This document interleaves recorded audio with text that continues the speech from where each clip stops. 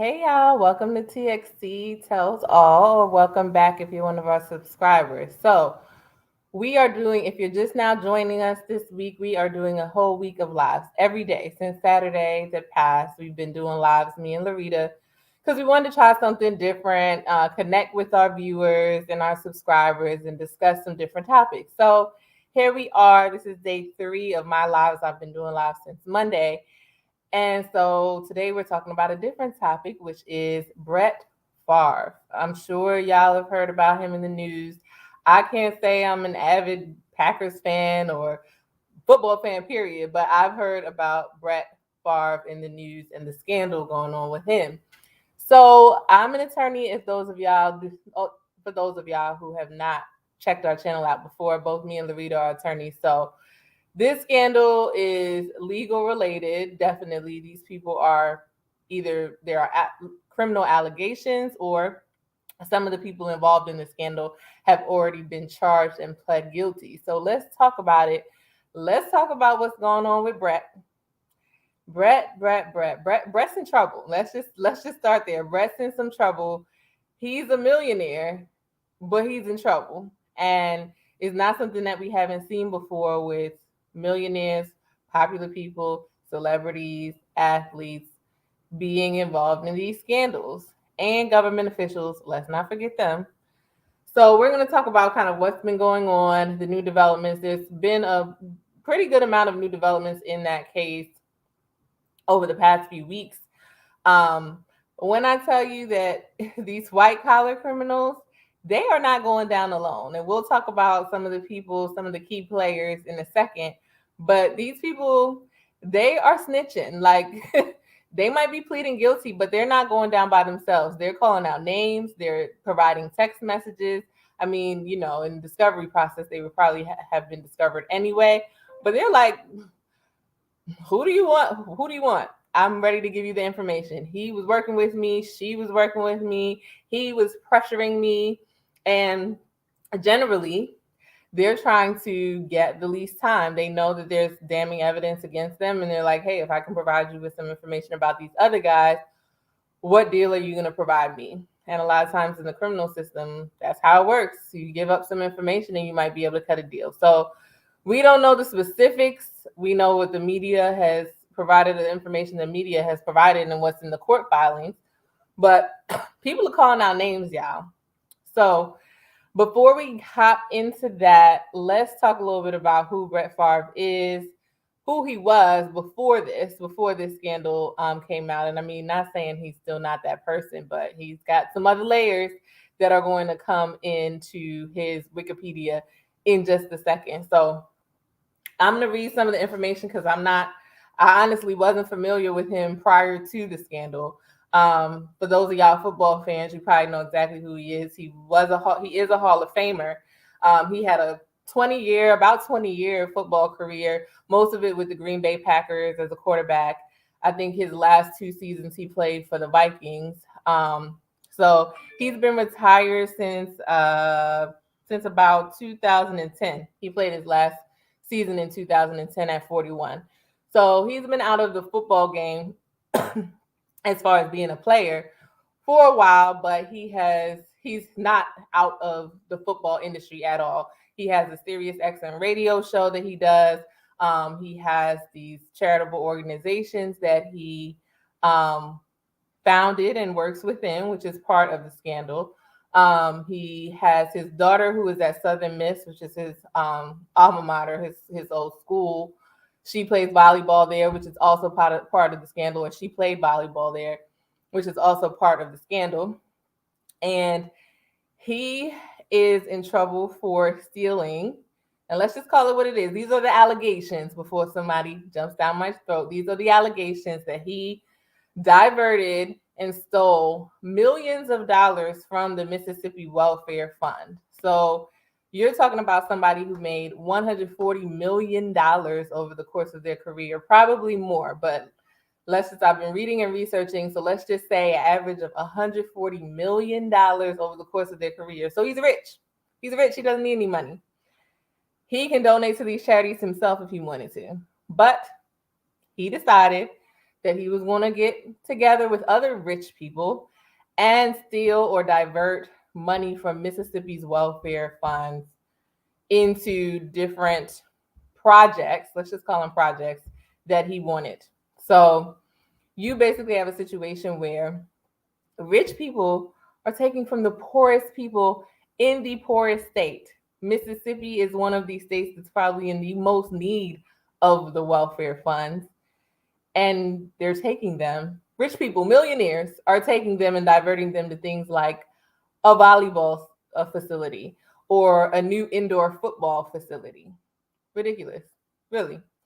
So that's some background into just an overview of Brett. Yes, he's a Hall of Famer, beloved football player.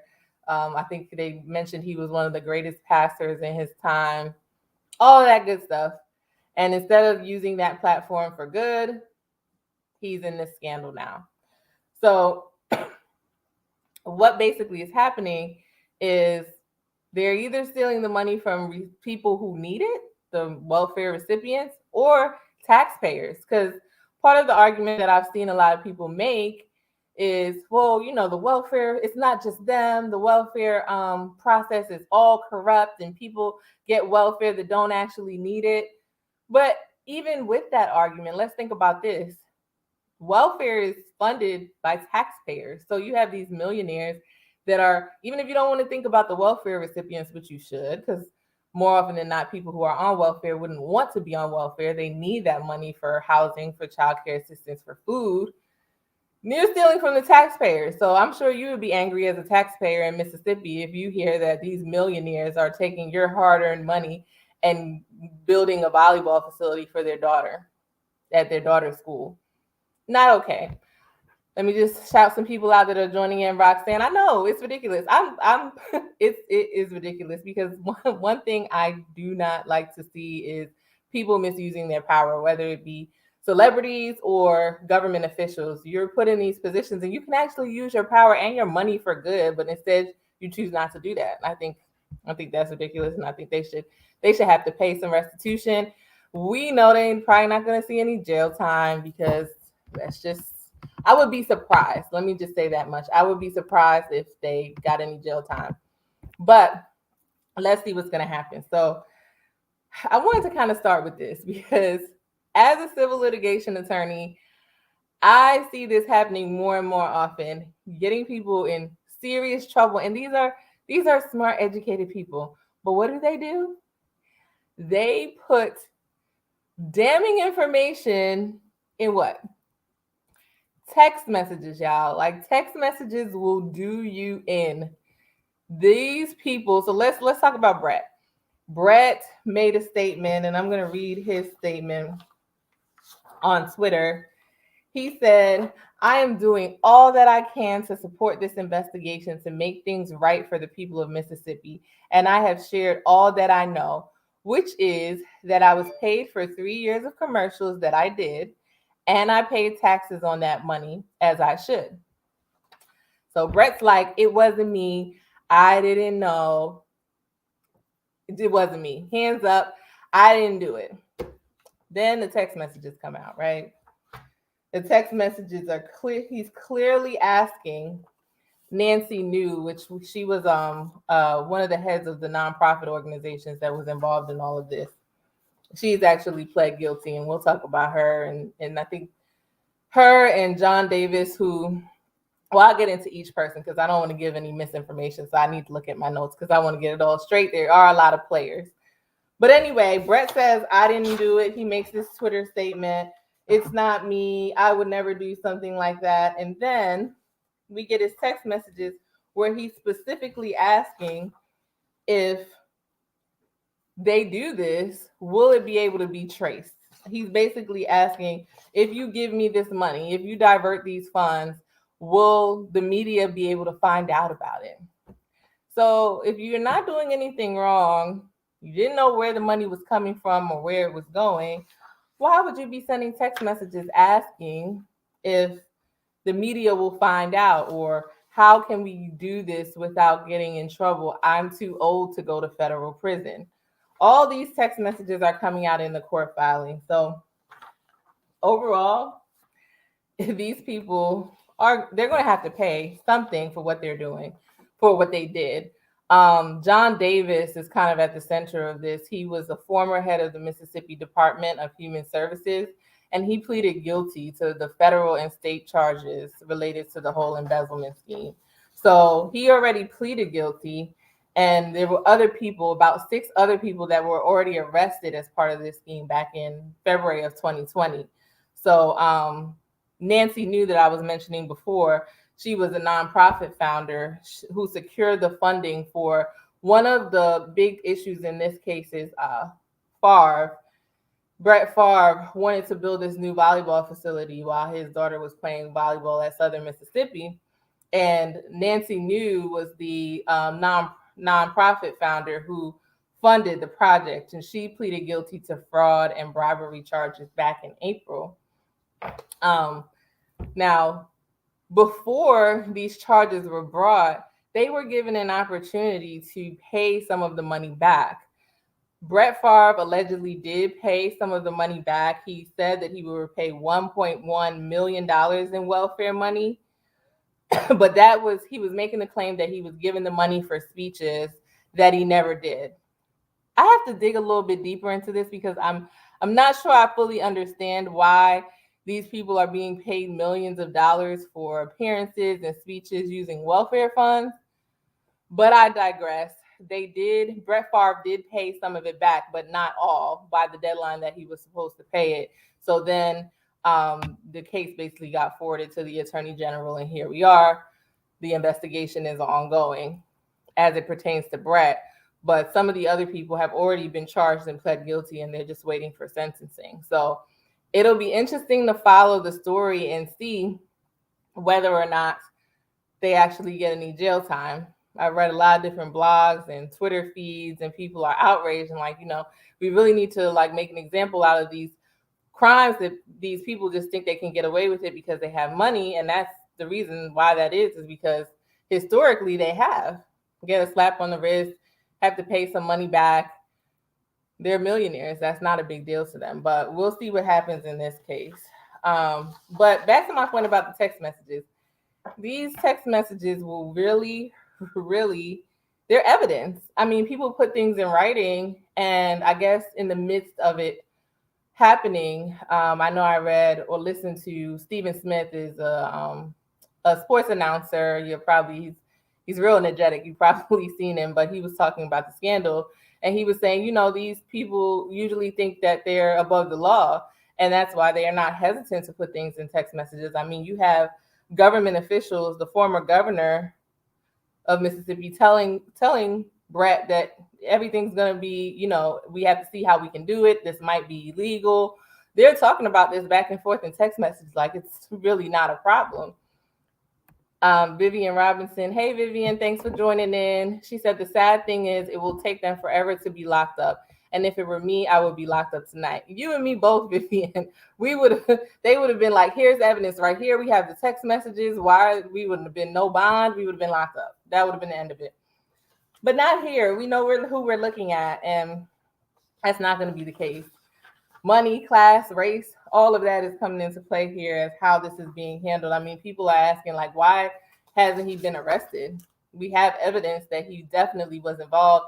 They have even tax records that show that the money was diverted from this welfare fund to build this volleyball facility, and they're still investigating. It's interesting. One question that I thought was interesting as I was reading, people were asking, when someone who has the type of money that Brett Favre has and sets up a foundation, he has Favre for Hope was one of the charity foundations that he had set up that's supposed to be help children with disabilities and cancer patients. And that was one of the foundations that he was actually using to funnel money through for other reasons that had nothing to do with disabled children and cancer patients, the sports facilities that he wanted to build and things like that. And they were saying, a lot of times when these celebrities and not all, obviously, I don't want to put a blanket statement because some people who are rich actually do good work and do good, charitable, honest work. But in many situations, people with this level of money and power set up these foundations to embezzle and to do unscrupulous things with money and have it not traced because they're working through a 501c3 nonprofit organization. So people were asking, should there be an automatic higher or stricter review of funds in these types of foundations with these very wealthy founders? And I mean, I don't think that is necessarily a bad idea. Hey, Roxanne, thanks for joining in. Roxanne said, true, there's no way he'll see jail time, just like that college case with the woman from Full House. If you got money, you can do anything, sadly. It really is sad. I mean, I don't think he'll see any jail time at all. First of all, he has money. Second of all, he plays American football. He's a Hall of Famer. I mean, he's got influence in Mississippi and honestly, nationally. There's so many reasons why he is not going to see jail time. I would be really, really surprised, but I am going to follow the story. And it's interesting because when I'm reading about it, on one hand, he's saying, I didn't know anything about it. I would never take money from the poorest of people in Mississippi. And then on the other hand, I'm reading now that the charges and more evidence are coming to light, Brett Favre is saying he didn't know where the funding for the facility came from. We know that's not true because he's actually sending text messages to government officials, pressuring them, saying, hey, I'm going to need your help to fund this.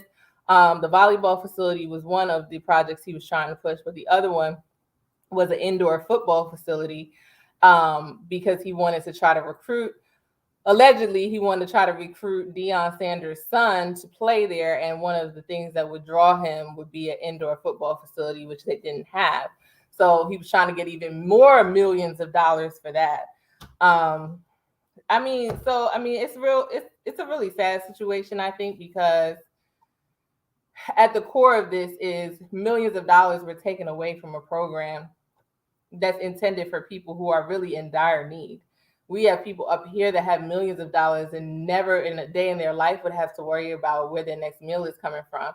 And they're pulling money from an already taxed system away from people who may not have any food. Like, that's really what it comes down to. And it's really sad. Davis, the former executive director of the Mississippi Department of Human Services, he already pled guilty and he's due to be sentenced in February of 2023. So it'll be interesting to see what happens to him. And the former Mississippi Governor, Phil Bryant, he was the one that originally tried to tell Brett Favre that what they were doing might be illegal. So that's in text message. So if whatever Brett gets charged with, he won't be able to deny that somebody did warn him that what he was doing could be illegal, but he did it anyway. And that's what a lot of people are talking about. He can't say, well, I didn't know that doing that was illegal, because the former governor actually specifically told him in text message that what you're doing could be illegal. And he said, well, basically we have to figure out a way, because I want the money, but I don't want to go to federal prison. So I don't know, y'all. I'm honestly not surprised, because this is not the first time there's been some type of scandal with athletes, with the NFL. The fact that the NFL is a nonprofit is a whole nother story. But anyway, I just wanted to hop on here and give y'all some highlights on the Brett Favre welfare scandal situation. I do want to, if I get my hand on some of the court filings and kind of get a chance to really look into those and read those from a legal perspective, I will hop on here and do another live so we can kind of talk about that more from the charges and, what type of potential, jail time. I just don't think that's going to happen. But what's the worst case scenario? Will these people be punished at all? Or will it just kind of be a slap on the wrist kind of thing and we won't hear about it ever again? Brett Favre will be back on Sirius XM and it'll be like this never happened. It'll be interesting to see. So that's pretty much it with the Brett Favre situation for now. But it's developing every day. I mean, there's been a bunch of articles in the news, so we'll see what happens. Thanks for joining in. Make sure you hit that subscribe button if we post new videos every single week. And we'll have more lives for the rest of the week. So tomorrow, Thursday, and Friday, we'll be on here. Larita will be on the live tomorrow, so make sure you check her out. And then we'll both be back on Friday with a special guest. So make sure you tune in, put those notifications on so you know what time we're going to be on. It's usually around 6 o'clock, so check us out. And also, if you haven't followed us on Instagram, and you are on IG, make sure you follow us. TXC Tells All. All right, y'all. Have a good night. I'll see you later.